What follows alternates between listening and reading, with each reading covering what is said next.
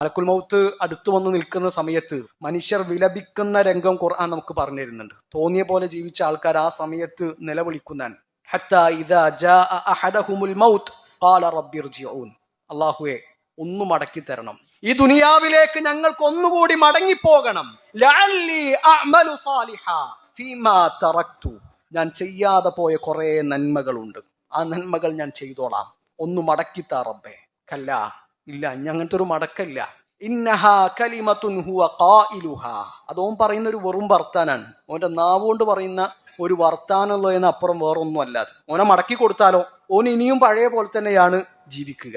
വമിൻ വറാഇഹിം ബർസഖുൻ ഇലാ യൗമി യുബ്അസൂൻ. അവനെ കാത്തിട്ട് വേറൊരു ലോകമുണ്ട്, ബർസഖുണ്ട്, ഇനി ഒരു ഉയർത്തെഴുന്നേൽപ്പുണ്ട്. അപ്പൊ ഇത് നമ്മുടെ വിലാപമാകാതിരിക്കാൻ നമ്മൾ നല്ലോണം പരിശ്രമിക്കണം, നന്മകളിൽ മുന്നേറുവാൻ. അള്ളാഹു നമ്മളെ ഓരോരുത്തരെയും സഹായിക്കട്ടെ.